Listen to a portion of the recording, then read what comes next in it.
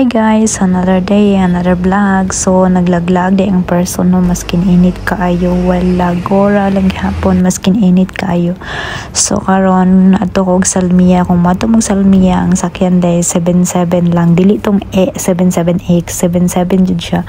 So sa dring dapitan no, nag-traffic pa siya.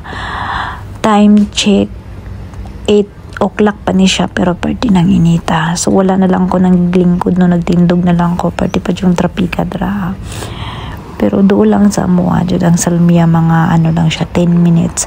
So karon dari ko nagapalimpyo sa Manila Beauty Salon Salmia, sa ano lang siya sa Block 9. Ganahan ko diri ang magpalimpyo kay kanang mura lang ang palimpyo sa ilaha, 1k di lang na kompleto pud no sila diri guys. Kung willing mo, pwede po mo bisita diri sa ilahang salon.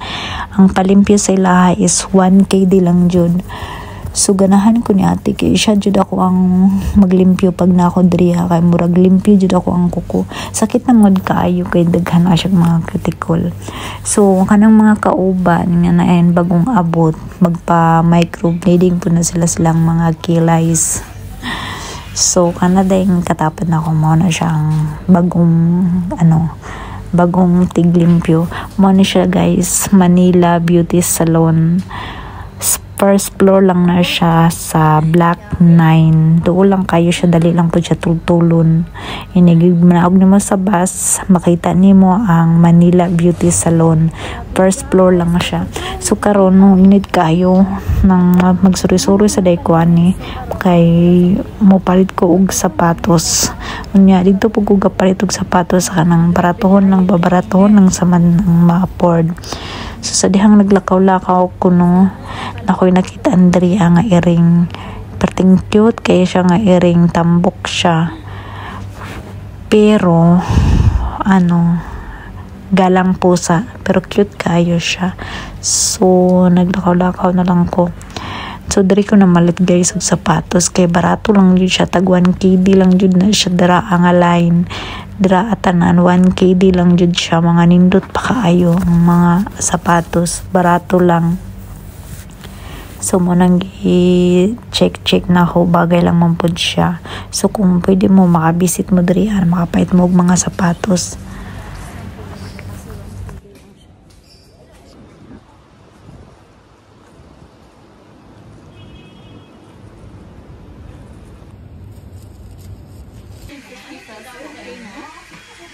Cash.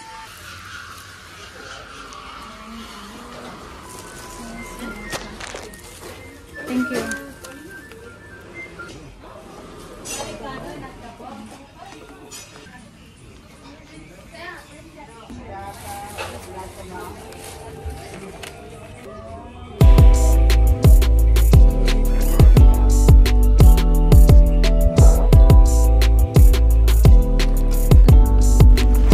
So pauli na day ko no, pero parte yung inita kay murag udto na jud ni siya. So diri ako nagulat na ko og bus na para pa uli na pud sa moa. So ang sakyan gihapon nako paano lang gihapon siya kay hawali man ko, so 77 lang gihapon ang sakyan.